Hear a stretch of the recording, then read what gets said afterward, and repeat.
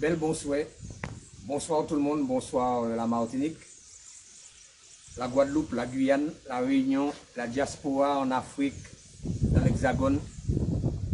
Alors nous sommes le samedi 16 avril 2022. Ben, nous sommes devant, regardez, nous sommes devant un temple maçonnique. Nous sommes devant le temple qui s'appelle Droit et Justice. Fais un zoom pour eux pour qu'ils puissent bien lire. C'est écrit Droit et Justice. Voilà. Nous sommes devant, vous voyez bien le temple Droit et Justice. Attention, nous sommes à Fort-de-France là.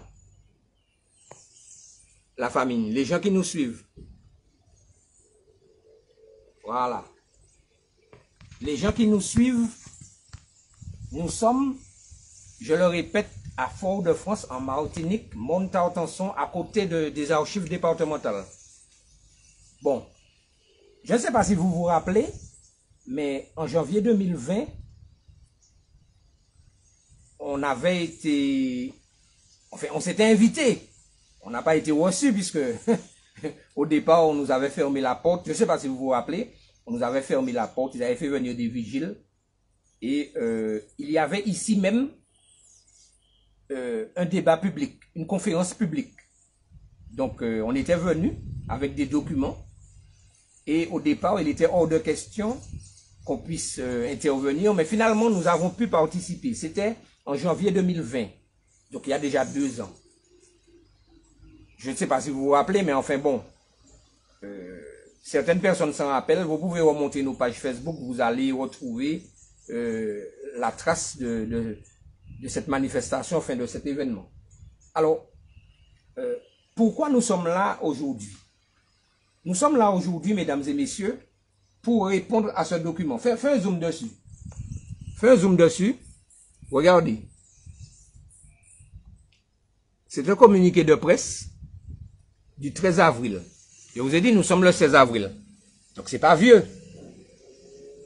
Voyez. C'est un communiqué signé de 7 obédiences maçonniques. 7 obédiences, dans le cadre des présidentielles. 7 obédiences. Je ne sais pas si vous vous rendez compte. Alors, visiblement, il se passe des choses. C'est-à-dire que ces gens-là considèrent qu'il y a urgence. Puisqu'ils font un communiqué. Ce n'est pas tout le temps qu'ils font des communiqués. D'autant qu'il y a 7 obédiences. Alors, je crois que vous devez faire attention, vous devez suivre ce qui est en train de se passer là et ne pas vous laisser manipuler, ne pas vous laisser embourber de quoi que ce soit. Alors je le dis pour les personnes qui nous suivent, nos sympathisants, les personnes qui, on va dire, se posent des questions, qui réfléchissent. Parce que bon, on entend tout, on voit tout. Il y a des gens qui font des commentaires un peu farfelus sur les réseaux sociaux. Il y a des gens qui disent un peu tout et n'importe quoi. Mais il faut faire preuve de réflexion, d'analyse, de discernement. Alors, juste un petit point d'ordre. Vous le savez, mesdames et messieurs,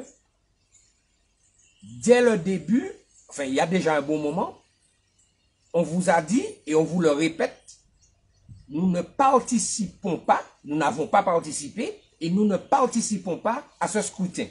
Donc, on n'a pas participé au premier tour et on ne va pas participer au deuxième tour. Il faut que les choses soient claires. Donc, on n'a jamais appelé et on n'appelle pas à voter ni pour l'un ni pour l'autre. On n'est pas sur ça.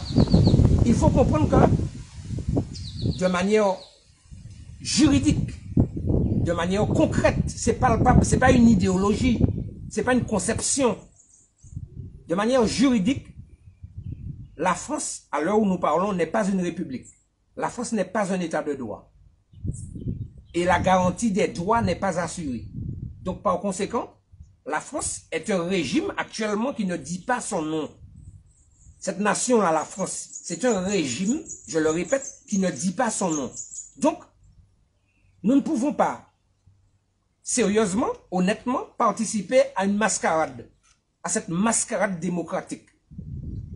Donc, il faut comprendre. Maintenant, ça ne nous empêche pas d'observer. Ça ne nous empêche pas d'avoir un esprit critique. Ça ne nous empêche pas d'éclairer nos adhérents, nos sympathisants, les personnes qui nous suivent. Et c'est ce que nous sommes en train de faire là ce soir. Alors, je reviens sur ce document. Alors, regardez. Cette obédience maçonnique appelle à la mobilisation républicaine. Mobilisation républicaine. Donc là, on vous parle de république. Je vous l'ai dit tout à l'heure, la France n'est pas une république. Pourquoi? La garantie des droits n'est pas assurée. Vous pouvez vérifier, on est fatigué de le dire. C'est juridique. La France s'est fixé des règles à elle-même. Et on le dit tout le temps. La Constitution de 1958, c'est l'ensemble des règles que la nation française s'est fixée à elle-même.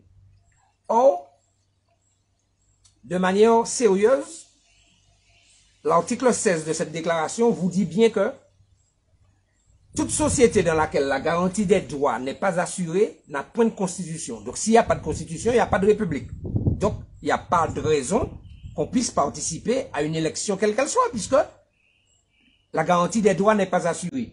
Alors, ce que certaines personnes peuvent nous poser comme question, c'est quels sont les éléments dont nous disposons, quels sont les éléments probants que nous avons pour dire que la garantie des droits n'est pas assurée. C'est ça qu'il faut nous poser comme question.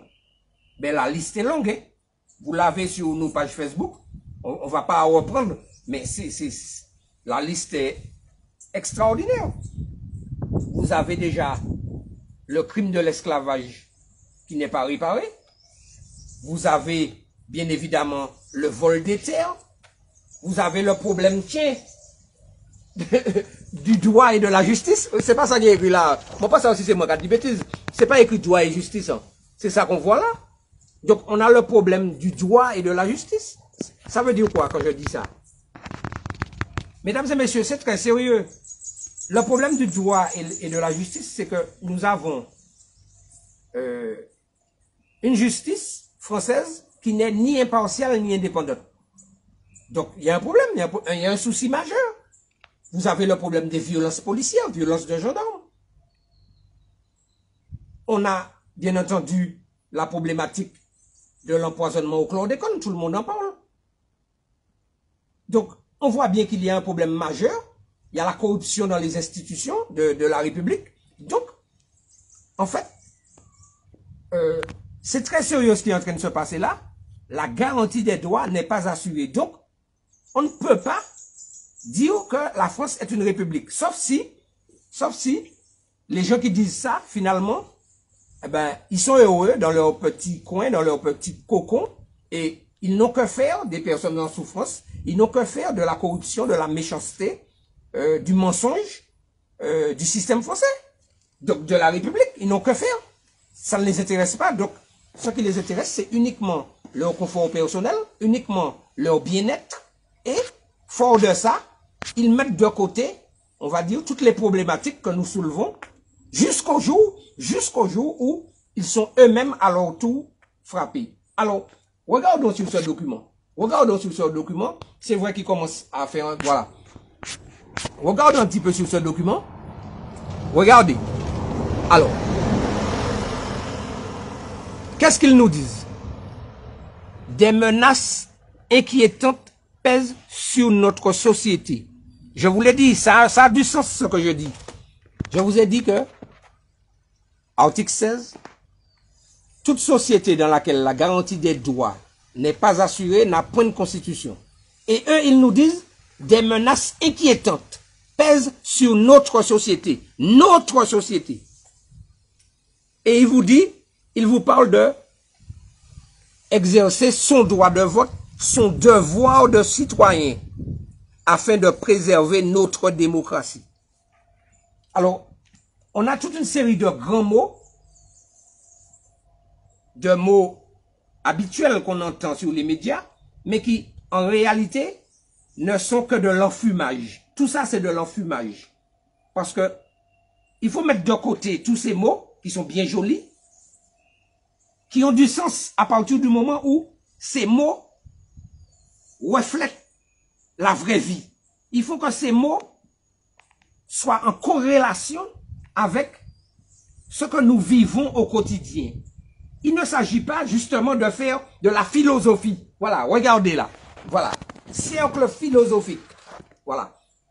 Là, je ne suis pas en train, mesdames et messieurs, de faire de la philosophie. Je suis en train de vous ramener à la vraie vie. Alors, ils sont inquiets. Et ils nous disent toute une série de choses. Rapproche-toi. Voilà.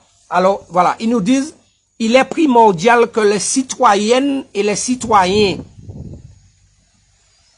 se saisissent de cette échéance pour affirmer le principe démocratique. Chacun et chacune a exercé son pouvoir. Il nous parle dans les choix individuels des citoyens. Écoutez bien, les obédiences maçonniques françaises, signataires, rappellent leur engagement pour la paix, la liberté, la dignité humaine. Elles tiennent à rappeler les valeurs et les principes fondamentaux qui doivent nous réunir et non nous diviser dans la perspective du bien commun. Et enfin, nous rappelons avec force notre attachement aux valeurs de la République. Alors, pour le coup, on vous l'a dit dès le départ, nous avons appelé à ne pas participer à cette mascarade. Mais il y a 67 millions de personnes. Il y a des gens qui se considèrent citoyens. Il y a des gens qui votent. Aujourd'hui, ils sont face à un dilemme. Ils sont face à un dilemme et vous avez des obédiences maçonniques qui montent au créneau. Qui montent au créneau pour soutenir qui? Pour soutenir Emmanuel Macron.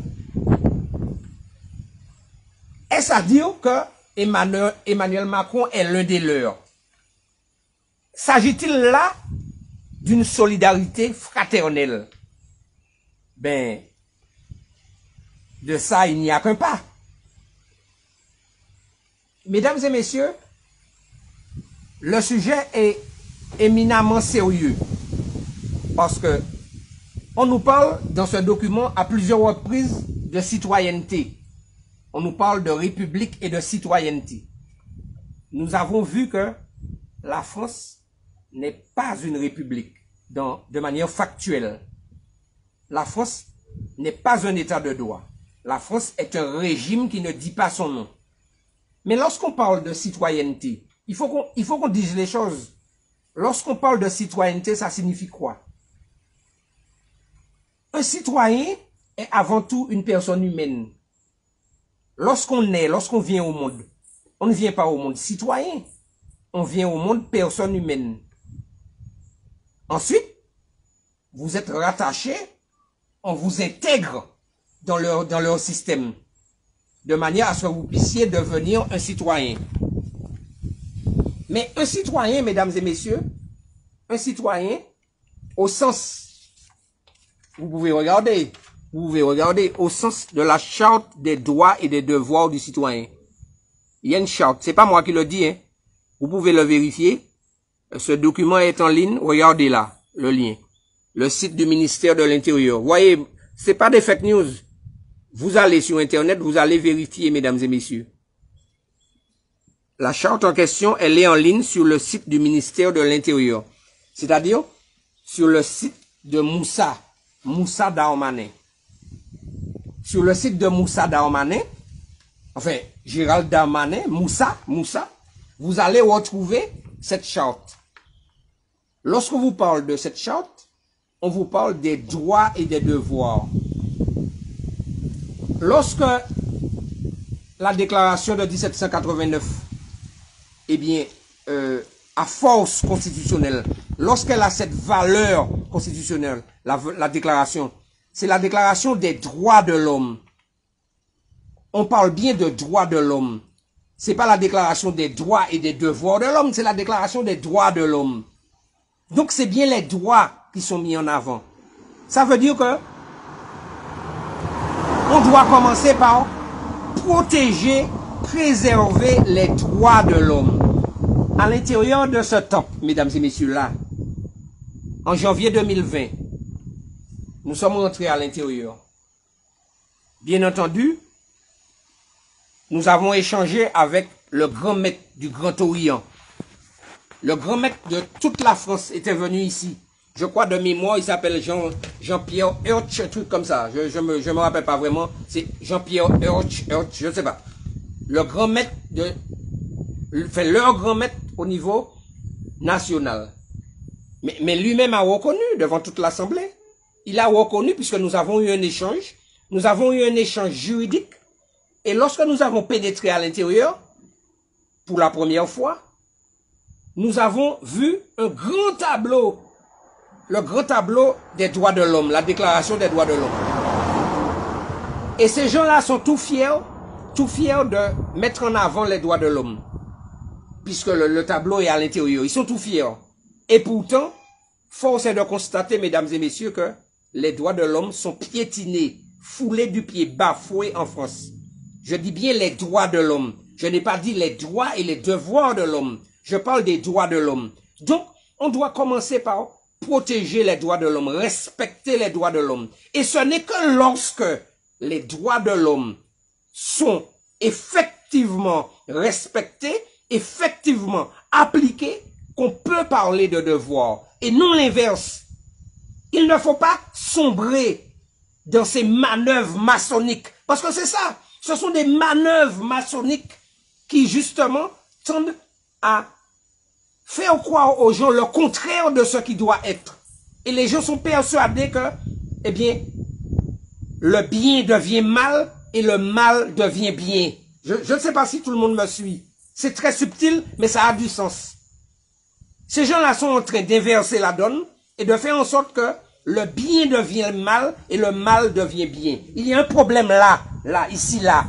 C'est ça qu'on est venu dire ce soir. Il y a un problème là, dans ce cercle philosophique. Il y a un problème. Vous avez un problème. Vous êtes en train de manipuler les gens. Et on a eu à discuter avec votre grand maître ici. Il a reconnu. Comment pouvez-vous, je reviens évidemment à ce document. Je reviens à ce document avec 7 obédiences qui ont signé.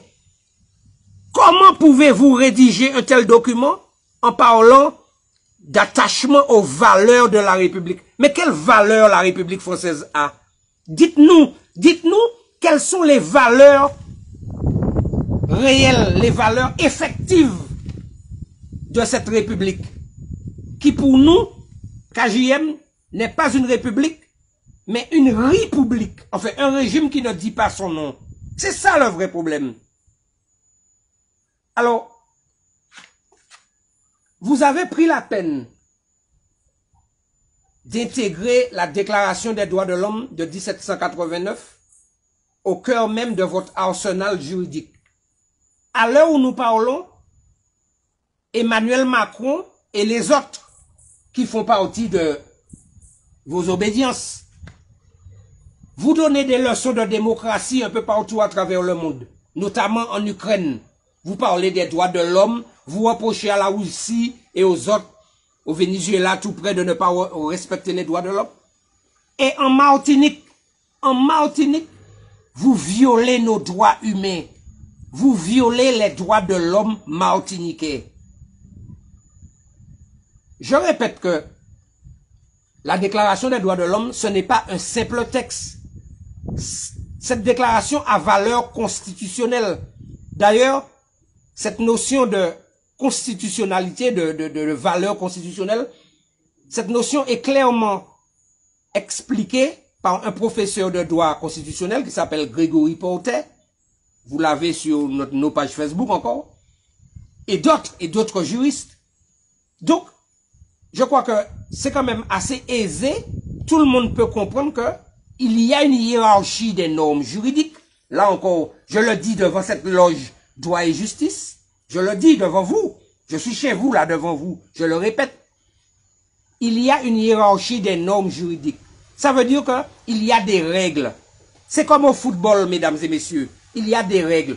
on ne peut pas faire n'importe quoi. Et Emmanuel Macron lui-même n'a pas le droit de violer les règles. Et vous-même, vous, les 7 obédiences-là, vous ne pouvez pas écrire ça. Parce que vous ne pouvez pas ignorer que Emmanuel Macron et son gouvernement, pendant 5 ans, n'ont fait que violer les règles. Parlons un peu de Marine Le Pen.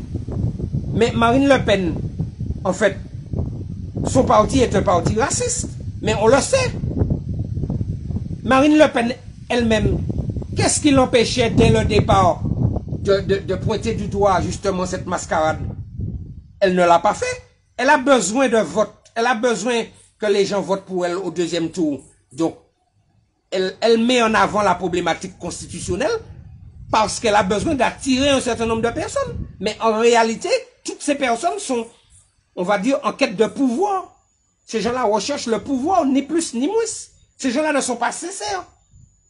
Quant à Jean-Luc Mélenchon, ben, tout le monde a compris. Le soir du 1er tour, il appelle à voter de manière... On a compris, c'est subtil. Il appelle à voter Emmanuel Macron, enfin. Il appelle à ne pas mettre un bulletin pour Marine Le Pen, donc à voter Emmanuel Macron. Mais ce Jean-Luc Mélenchon qui prônait la 6e République, c'était l'occasion rêvée d'appeler le peuple justement à se soulever, à entrer en résistance totale pour la 6e République et pour le respect des droits humains. Parce que Emmanuel Macron, justement, c'est un délinquant. Et il n'a fait que violer, piétiner les droits et libertés garantis par le bloc de constitutionnalité. Il avait l'obligation de respecter, de protéger les droits et libertés garantis par la Constitution. Donc, on a vu ce qui s'est passé pendant le quinquennat. On a compris toutes les directives qu'il a prises, les différentes lois qu'il a fait passer, lorsqu'il a, par exemple, demandé aux forces de police de faire violence sur les gilets jaunes, on s'en rappelle. Le droit de propriété sans cesse attaqué, piétiné, soi-disant protégé par la Constitution, on s'en rappelle. C'est Emmanuel Macron. Le droit à la résistance à l'oppression, là encore foulé du pied, c'est Emmanuel Macron. Toutes les corruptions, toutes les magouilles, tout ce qu'on a vu, toutes les affaires que nous avons eues, les affaires Benalla et autres, on a compris. Alors, ça veut dire que toutes ces personnes qui aujourd'hui appellent à voter Emmanuel Macron, appellent à voter pour ce système en réalité dirigé par les réseaux obscurs. C'est ça le truc. C'est-à-dire que vous avez en réalité un homme qui préside ce qu'ils appellent la République, un homme qui est aux manettes, mais qui en réalité ne fait que répondre, ne fait qu'obéir aux directives de réseaux obscurs. C'est ça qui est en train de se passer là. Et là, ces gens-là, pour le coup, nous parlent de valeurs de la République et ils nous disent que des menaces inquiétantes pèsent sur leur système. Oui, parce que ben, ils sont en train de vivre un revirement. C'est-à-dire que les gens sentent bien qu'il y a un problème. Les gens veulent autre chose. Mais les gens sont embourbés dans le système français, dans ce que ces gens-là appellent la République, mais qui en réalité n'est pas une République. Parce que, en réalité,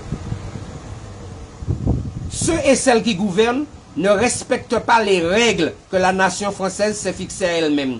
Donc, à ce titre, mesdames et messieurs, nous sommes fondés à résister, à réagir, à sortir de ce système. Et c'est bien ce que vous dites dès le départ.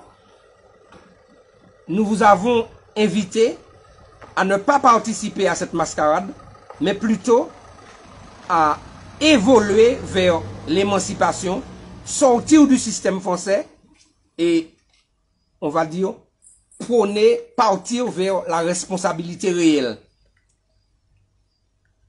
Tout près de nous, il y a la Barbade. La Barbade, c'est à peu près 280 000 habitants. Nous sommes à peu près 370 000 ici. La Barbade, c'est grosso modo un peu plus de 450 000 km². En Martinique, c'est 1100 km². Donc, la Barbade peut le faire. Donc, nous, on peut le faire. On peut aussi imaginer d'autres organisations. On peut imaginer une union de la Caraïbe, des pays francophones, enfin, de tout ce que vous voulez, des peuples colonisés, des peuples d'outre-mer, comme vous voulez. La Guadeloupe n'est pas loin, la Guyane n'est pas loin. Même la Guyane, aujourd'hui, est en train de réfléchir à une évolution institutionnelle. Nous, en Martinique, on reste embourbé, on reste enlisé. Mesdames et messieurs, il y a une réflexion réelle et sérieuse à engager. Je vous l'ai dit, il fallait qu'on vienne faire ce point d'ordre aujourd'hui parce que,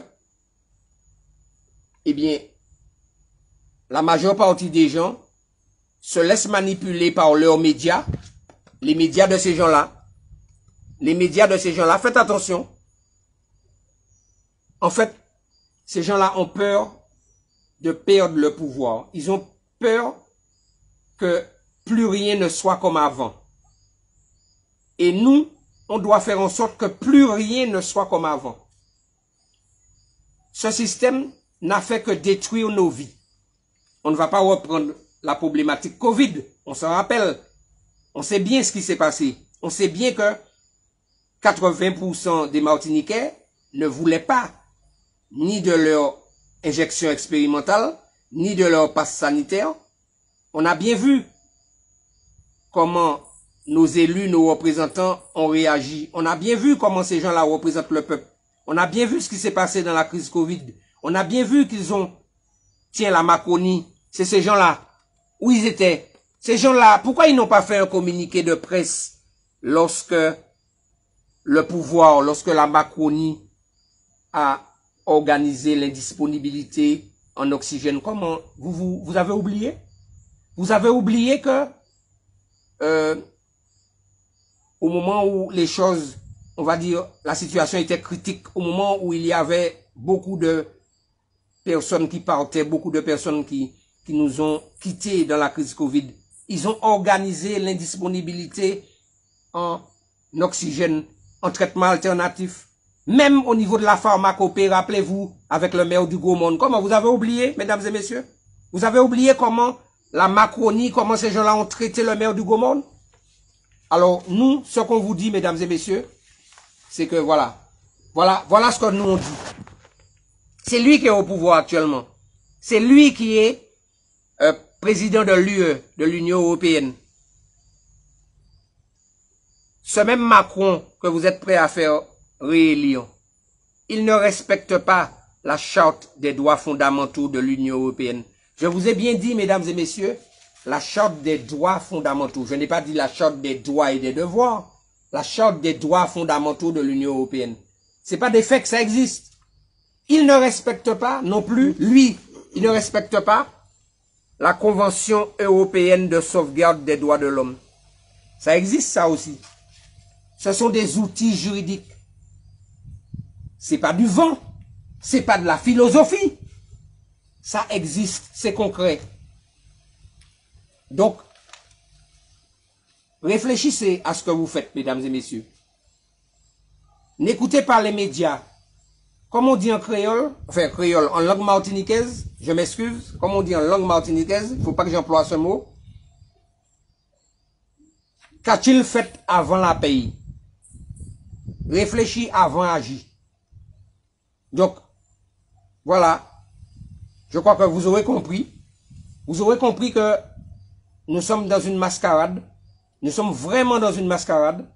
Et que, je le répète encore une fois, hein, la solution à nos problèmes, et nos problèmes sont multiples, parce que il y a énormément de problèmes. Vous avez bien vu ce qui s'est passé la justice française, tiens, droit et justice. Droit et justice. Mesdames et messieurs, c'est pas des bêtises ce que je raconte. La justice française s'apprête à prononcer un non-lieu dans l'affaire du chlordécone. Comme elle l'a fait dans l'affaire du crash avec les 152 personnes qui ont perdu la vie. Ça vous démontre le mépris de la République française pour nos valeurs. Nos valeurs. Eh bien, nos valeurs ne sont pas les valeurs de ces gens-là. Nous n'avons pas les mêmes valeurs. Nos valeurs ne sont pas les valeurs de ces gens-là. Il faut comprendre ça. C'est ça que je voulais vous dire en ce jour.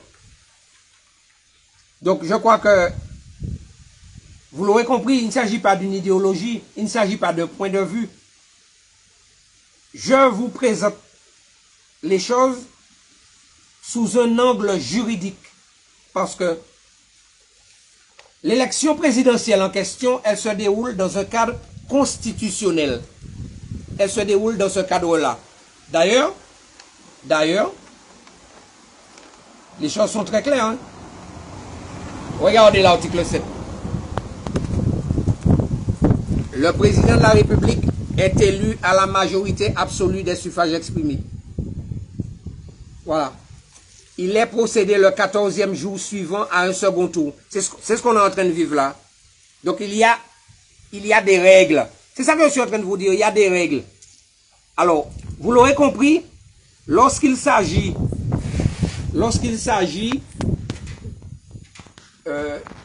du pouvoir, lorsqu'il s'agit de l'autorité, lorsqu'il s'agit de renouveler le pouvoir de ces gens-là, les règles doivent être respectées. On ne badine pas avec les règles, on ne badine pas avec la Constitution. Mais lorsqu'il s'agit des droits et libertés des peuples, pas du peuple, des peuples, y compris les peuples d'outre-mer, ben, vous voyez bien que pour les médias, pour l'autorité, pour beaucoup, le langage constitutionnel, les droits et libertés garantis par cette même constitution, ben, ça n'intéresse plus grand monde. Ça devient secondaire, voire négligeable. C'est ça le problème. C'est un problème. Les droits et libertés ont la même valeur constitutionnelle que l'élection que vous êtes en train de mettre en avant. Il ne faut pas croire que l'élection du président est plus importante que les droits et libertés des personnes humaines. Ce n'est pas vrai. Tout ça a la même valeur constitutionnelle. Nous sommes en train de dire que nos droits et libertés sont piétinés à plusieurs niveaux. On ne va pas reprendre. Je pourrais aussi vous parler, mesdames et messieurs, de la liberté syndicale. Le droit syndical est un droit constitutionnel. Le droit au travail est un droit constitutionnel. Il y a d'autres droits constitutionnels. Gabriel Attal, il n'y a pas longtemps, vous disait que le droit de vote est constitutionnel. Mais ce qu'il ne vous dit pas, c'est qu'il n'y a pas que le droit de vote qui est constitutionnel. La propriété, par exemple, est aussi un droit constitutionnel. Et pourtant, le droit de propriété est violé. Vous les voyez? On va mettre de l'ordre dans ça, ces gens-là. Regardez. Regardez là. Cercle philosophique, droit et justice. C'est pas moi qui l'invente. Voilà. Droit et justice, cercle philosophique. Alors, ils font des communiqués pour l'élection présidentielle. Et pourquoi ils ne font pas de communiqués sur le droit de propriété qui est violé? Pourquoi ils ne font pas de communiqués sur le droit à la résistance à l'oppression? Parce que lorsqu'on manifeste pacifiquement, lorsqu'il y a des manifestations pacifiques, eh ben, on nous envoie des policiers pour nous matraquer, pour nous gazer. Ce n'est pas ce que prévoit la Constitution. C'est pas ce que prévoit ces textes-là. Et pourquoi ils le font? Et pourquoi eux-mêmes ne font pas de communiqué pour dénoncer ça à ce moment-là? Vous ne voyez pas que c'est une mascarade? Vous ne comprenez pas que c'est une imposture? Je crois que les exemples sont suffisamment clairs. Ne vous laissez pas manipuler par ces gens-là. Et effectivement, un autre modèle de société est possible. Si on veut, on peut. Donc il faut qu'on réfléchisse à ça sérieusement, qu'on s'assoie autour d'une table. Il n'y a pas que le problème du chlordécone. Il y a des problèmes en Martinique. Il y a des problèmes de société qui sont très importants et qui méritent votre attention. Il faut qu'on règle ça. Vous avez des enfants, vous avez des petits-enfants, il y a des jeunes qui arrivent. Il faut changer ça, ça ne peut plus durer. Voilà ce que je voulais vous dire en ce jour, mesdames et messieurs. Réfléchissez à ça sérieusement. Allez vérifier sur nos pages Facebook. Vous allez sur Légifrance, le service public d'accès aux droits, Constitution de 1958, Déclaration des droits de l'homme, Charte des droits et des devoirs, enfin, du citoyen français. Pour ceux qui se considèrent citoyens, nous avons rejeté la citoyenneté parce que nos droits humains sont violés, piétinés. Nous rejetons la citoyenneté. Mais ceux qui se considèrent citoyens, allez vérifier, vous allez voir que finalement vous avez été enfarinés. On vous trompe. On vous couillonne si vous préférez. Donc voilà. Voilà ce que je voulais vous dire, mesdames et messieurs. Voyez, sans violence, nous sommes devant leur temple là. On n'est pas dans la violence. On n'est pas dans l'invective ni dans l'injure. Mais on parle aux gens. Ça pose problème, mais on parle. Voilà. Il faut avoir ce courage de dire les choses. Et tant pis pour ceux que ça gêne. Voilà. On vous remercie. Comprendra qui veut.